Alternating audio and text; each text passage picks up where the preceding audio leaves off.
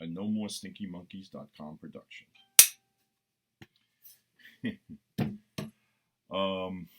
Let's see here. I knew Bill Murray hosted the Christmas episode of Saturday Night Live in 1981, after Stripes was one of the biggest hits of the summer.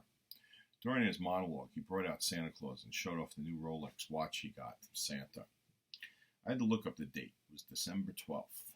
But in an otherwise unremarkable episode, Murray introduced the musical act by saying they were one of his favorites. And sometimes you get the feeling that the host actually has a hand in who gets to play music that night.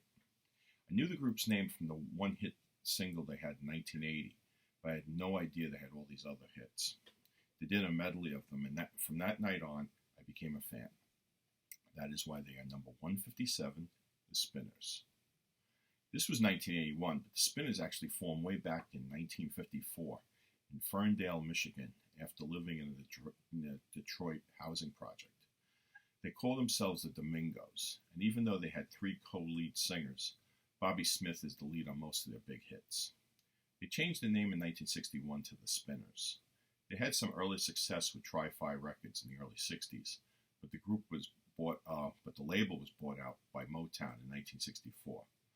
For the next 8 years, they languished, never having a top 10 hit, and were often used by Motown to be bodyguards, chaperones, and chauffeurs for the other acts.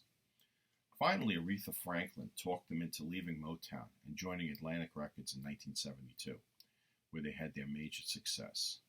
They hooked up with producer and writer Tom Bell, and he smoothed over their rougher edges so they could appeal to a more mass audience.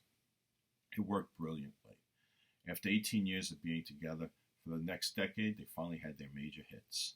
The three songs they did on SNL, Then Came You, I'll Be Around, I'm Working My Way Back to You, plus my favorite, The Rubber Band Man.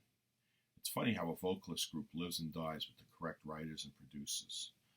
Think of the Temptations without Doja Holland. Even writer-producer Stevie Wonder couldn't help them get a hit, but changing record labels not only saved their careers, it gave them classic status. I'll keep working my way back to you, babe, with a burning love inside. Yeah, I'm working my way back to you, babe, and the happiness that died.